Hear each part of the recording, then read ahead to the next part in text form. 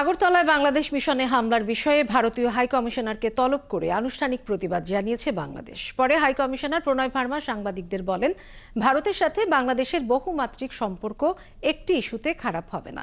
তিনি বলেন, বাংলাদেশ ও ভারত দুই দেশই নানা বিষয়ে একে অপরের উপর নির্ভরশীল। গেল কয়েক মাস ইতিবাচক নানা কাজ হয়েছে এবং সামনের দিনগুলোতেও অন্তর্বর্তীকালীন সরকারের সাথে কাজ করতে চায় ভারত।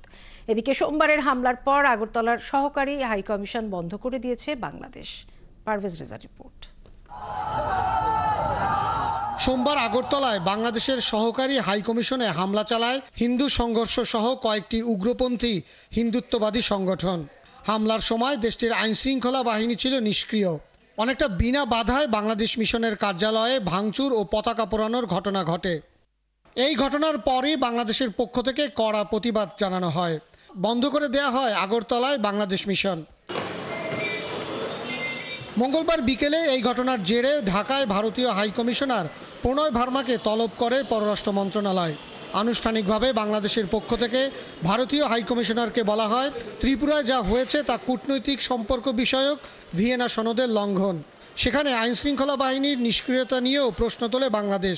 ভারতের পক্ষ থেকে জানানো হয়, এরই মধ্যে 7 জনকে গ্রেপ্তার এবং 4 পুলিশের বিরুদ্ধে প্রশাসনিক ব্যবস্থা নেওয়া হয়েছে। পররাষ্ট্র মন্ত্রণালয় থেকে বের হবার সময় প্রণয় ভার্মা বলেন, দুই দেশই নানা বিষয়ে একে অপরের উপর নির্ভরশীল।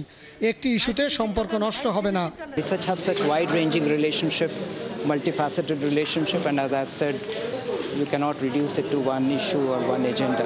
বাংলাদেশের সাথে ভারতের সম্পর্ক বিস্তৃত ও বহুমাত্রিক। এটি একটি ইস্যুতে নষ্ট হবে না। আমরা সামনের দিনগুলোতে ইতিবাচক ও গঠনমূলক সম্পর্ক গড়তে আগ্রহী। আমরা একে অপরের প্রতি নানা বিষয়ে নির্ভরশীল।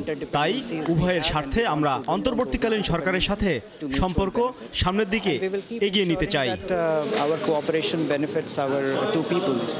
The number of positive developments that have taken place in our relationship in the last few months, whether it is trade, it is power transmission, supply of essential commodities, we have maintained a lot of positive momentum in the relationship. এদিকে এই ঘটনায় বাংলাদেশে অবস্থিত ভারতের mission, visa centre ও কনসুলেটগুলোতে কড়া নিরাপত্তা ব্যবস্থা নিয়েছে বাংলাদেশ। যে কোনো ধরনের অপ্রীতিকর পরিস্থিতি মোকাবেলায় ভারতের হাই কমিশনের সামনে পুলিশ, র্যাবের পাশাপাশি সেনাবাহিনীও মোতায়েন করা হয়েছে। পারভেজ রেজা, ৭১, ঢাকা।